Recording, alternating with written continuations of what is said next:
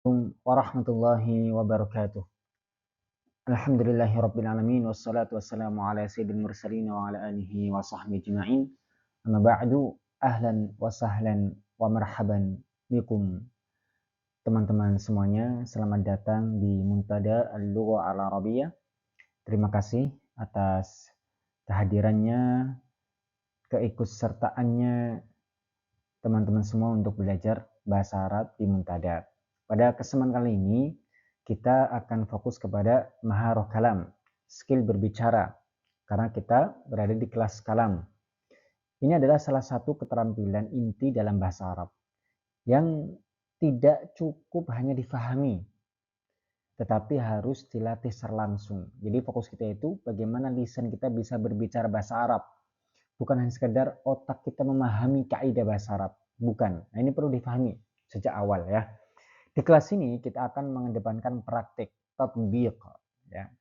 Mumarasah, membiasakan lisan untuk mengucapkan, untuk berbicara, untuk berkomunikasi. Artinya setiap peserta diharapkan berani mencoba sejak awal, sejak pelajaran pertama, menyampaikan apa yang ada dalam pikirannya, melatih lisannya, melatih mulutnya, membuka ya. Kesalahan adalah bagian dari proses. Jadi jangan takut salah. Ya. Dan disinilah tempat kita untuk memperbaiki bersama, untuk menumbuhkan skill itu. Ya. Jangan sampai kita di awal udah takut salah. Jangan. Atau bahkan malu. Enggak. Pembimbing di sini semuanya ya itu menuntun, mengarahkan, menjadi mentor. Maka saya di sini akan berusaha mengarahkan dengan sistematis. Jadi tema yang paling mudah, yang sering kita temui, kita jumpai, ya. Dan tapi keberhasilan kelas ini, ya kelas kalam, sangat tergantung pada keaktifan para peserta semuanya. Semakin aktif dalam kelas atau bahkan di luar kelas ya, yang tidak kelihatan, semakin aktif mulut kita, aktif kita mencoba, maka semakin besar peluang untuk kita sukses. Jadi saya hanya menjadi mentor, mengarahkan, membimbing, memberikan langkah-langkah, mengajari, tapi semua kembali kepada peserta. Ya, apa namanya? Misal saya mengatakan, oh ini dihafalkan, nah, ini tolong diulangi, ini tolong ditirukan apa yang saya katakan. Ya, semuanya setelah itu kembali kepada antum semuanya. Ketika antum mau melakukan apa yang kita arahkan, antum berusaha semaksimal mungkin untuk mempraktekkan sesuai dengan arahan dari mentor, di sini saya, maka insya Allah keberhasilan akan mudah diraih. Ya. Kita niatkan belajar ini sebagai bagian dari ibadah. Memang belajar bahasa Arab itu belajar sayang ibadah ya, karena kita lagi belajar agama kita Islam. Sayyiduna Umar bin Al-Khattab radhiyallahu anhu mengatakan ta'allamul arabiyyata fa innaha min dinikum. Pelajarilah bahasa Arab karena bahasa Arab itu termasuk agama kalian. Jelas karena di antara agama syariat agama adalah bahasa Arab sebagai wasilah wahyu Allah Subhanahu wa taala sampai kepada manusia. Al-Qur'an bilisan Arabiyyin mubin, bahasa Arab. Hadis Nabi pakai bahasa Arab. Bahkan kitab-kitab para ulama pakai bahasa Arab semuanya, ya. Dan bahkan ya kita belajar untuk fasih berbahasa Arab. Ngomong berbahasa Arab termasuk dari bagian agama, termasuk bagian dari agama. Karena apa? Karena kefasihan bahasa Arab atau skill berbicara bahasa Arab termasuk identitas utama seorang muslim. Sebagaimana Ibnu Taimiyah rahimahullah mengatakan, fa innal lisan arabi syi'arud din wa ahlihi. Sesungguhnya bahasa Arab itu termasuk syiar agama Islam dan syiar ya, pemeluk agama Islam. Umat muslim. Baik, kita mulai saja pembelajaran kelas kalam ini, tetapi sebelum kita memulai kelas kalam ya, ini pertemuan pertama ini menjadi panduan belajar di kelas kalam. Tujuannya untuk apa? Tujuannya untuk biar proses belajar berjalan lancar dan hasil lebih maksimal. Maka saya harapkan semua peserta mendengarkan dan memperhatikan dan memahami apa yang kita sampaikan arahan di sini, lalu tolong dikerjakan setiap nanti ada sesi pelajaran. Itu penting banget karena ini yang menentukan. Ya, tentunya setelah taufik dari Allah Subhanahu wa taala, tapi ini sebagai ikhtiar. Ini yang menentukan arah masa depan kita, arah keberhasilan kita. Baik, langsung saja ya. Di sini saya buat tema namanya panduan belajar kelas kalam. Ya, baik. Maharah lugha, skill bahasa. Skill bahasa. Skill bahasa Arab pertama adalah maharah kalam, skill berbicara. Yang kedua maharah istima, skill menyimak. Maksudnya apa? Ada orang Arab asli ngomong bahasa Arab, kita bisa paham nggak? Kalau kita bisa paham apa yang mereka katakan, berarti kita punya maharah istima bagus. Kalau tidak, berarti kita lemah di situ. Yang ketiga maharah qiraah, membaca kitab gundul, membaca kitab para ulama yang ada harokatnya, memahami apa yang dimaksud oleh para ahli tafsir itu kan, para ulama ketika mensyarah hadis. Ya, kitab-kitab gundul itu. Ya, itu sebuah skill sendiri. Ya, yang terakhir maharah kitabah, menulis. Ya, kalau ada para ulama misal atau orang Arab ngomong, kita bisa nyalin nggak apa yang dia katakan. Kalau bisa berarti kita bagus tulisannya, skillnya. Nah, dari empat ini, ayuhal ikhwatul kiram, masing-masing punya jalan tersendiri. Ini nggak boleh dicampur adukan. Ya, harus bertahap. Harus bertahap. Agar apa? Agar tujuan atau keberhasilan itu semakin cepat kita raih. Ya, ini penting banget untuk kita mendapatkan arahan dari awal. Nah, kita kelas kalam kira-kira di maharo mana? Nah, maharo kalam, makanya saya namakan kelas ini dengan kelas kalam. Artinya kelas berbicara aktif. Ya, maka di sini kita tidak fokus kepada istima, bagaimana skill menyimaknya kita kuatkan, enggak. Qiraah, membaca kitab-kitab dulu, enggak. Kitabah, menulis dan sebagainya, enggak. Tetapi yang kita fokuskan dari awal adalah maharah kalam, skill berbicara. Materi pelajaran. Materi pelajaran. Kelas kalam 50 pertemuan. Ya, insya Allah kelas kalam ini selesai dalam waktu 50 pertemuan. Ya, di sini saya membuat silabusnya.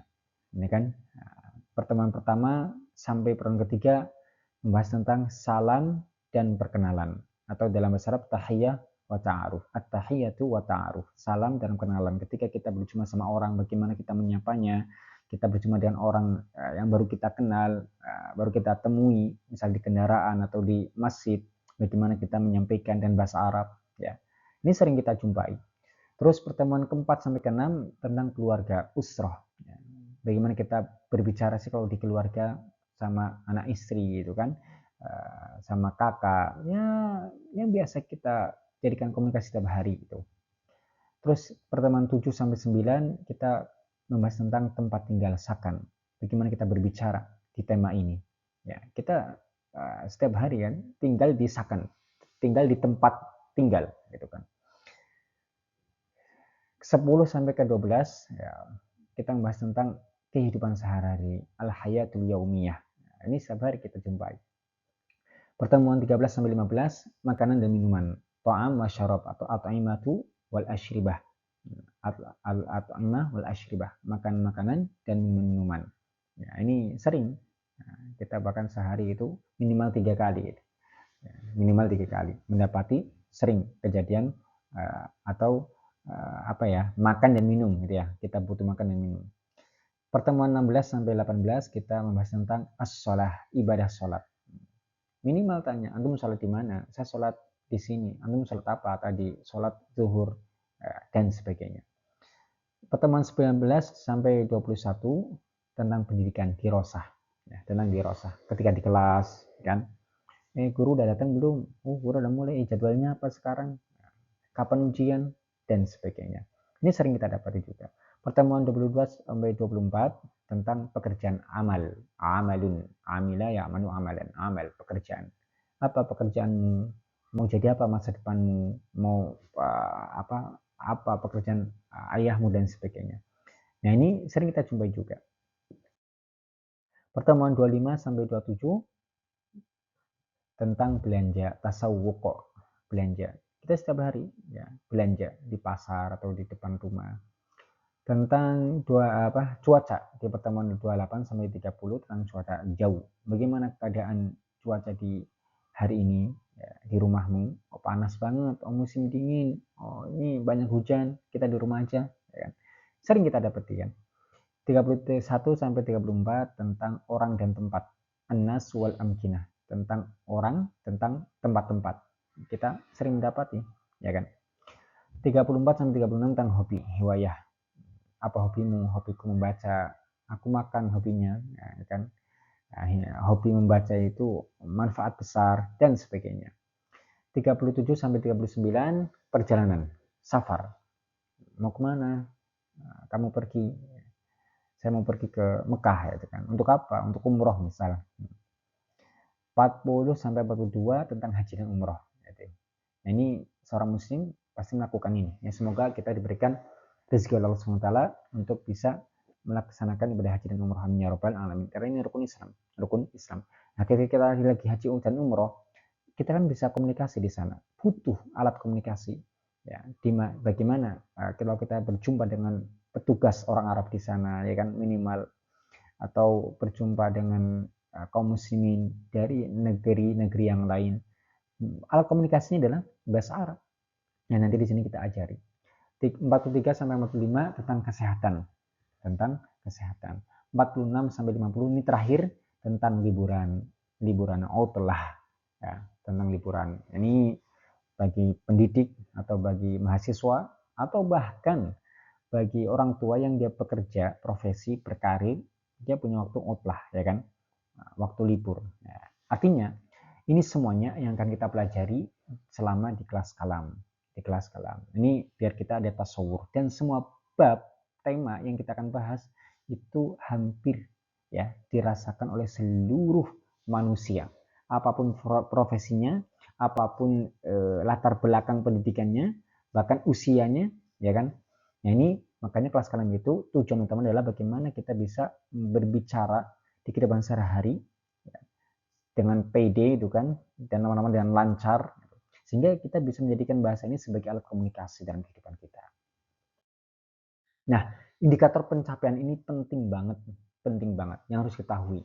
Nah, kebanyakan orang yang belajar bahasa Arab itu kalau nggak paham kapan sih saya dikatakan sukses ketika belajar, nah dia nanti akan kewalahan, akan kebingungan, nggak ada arah, ya asal aja masuk kelas, terus baca yang telah dipelajari, selesai begitu saja, dan itu berterus terus terulang. Nah, sehingga dia tidak berevaluasi, tidak bisa evaluasi setelah selesai. Nah, di sini saya tekankan untuk semua peserta paham. Apa sih indikator pencapaian? Kapan sih orang itu dikatakan sukses dalam belajar kelas kalam? Dari hari pertama, kedua, ketiga, keempat, kelima, keenam, ketujuh, sampai 50 tadi. Pertama, mampu berbicara tentang tema yang telah dipelajari. Itu penting. Mampu berbicara tentang tema yang telah dipelajari. Contoh tadi ya, pertemuan pertama sampai ketiga, kita akan membahas tentang tema at-tahiyatu wa ta'aruf, salam dan kenalan.